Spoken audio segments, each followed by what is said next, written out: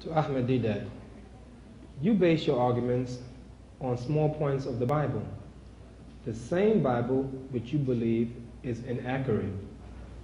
To me, this is a contradiction. Why do you do this? I do respect your religion, but this is a problem I can't understand.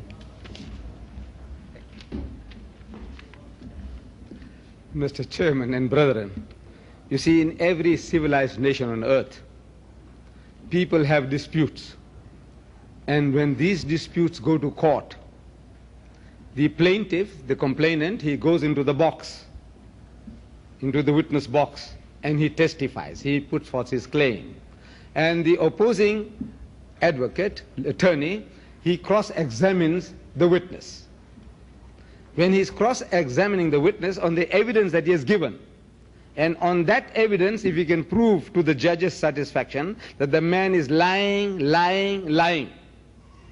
if he feels satisfied that he has convinced the judge in his cross-examination that the witness was a liar, what he does is he closes the case and he asks for absolution with costs, and he will get it. And this is normal practice in everyday affair. Dispute, you cross-examine the person and you come to a conclusion. Now the Holy Quran tells us to do the same. It says, وَقَالُوا, and they say, who, the Jews and the Christians, say, لَن يَدْخُلَ الْجَنَّةَ إِلَّا مَنْ كَانَ هُودًا أَوْ نَصَارَى, that you Muslims will never enter Jannah. There's no heaven for you. There's no salvation for you, except you become a Jew or except you become a Christian. In answer to that, God Almighty makes us to say, Tilka amaniyuhum, that this is their wishful thinking, vain desires, hallucination. Qul, tell them, hatu burhanakum. So produce your evidence. In kuntum sadiqin, if you are speaking the truth, let's have a look at your certificate that entitles it to heaven and destines us to hell.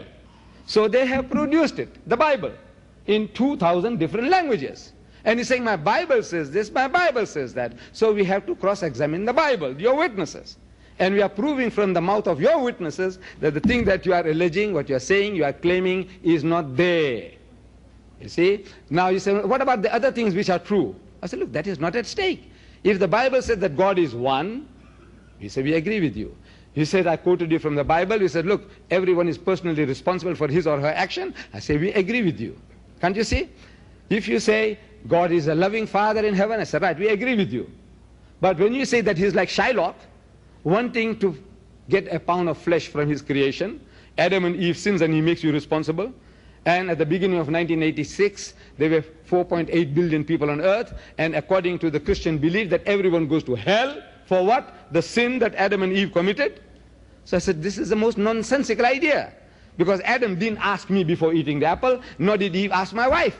How can God hold us responsible?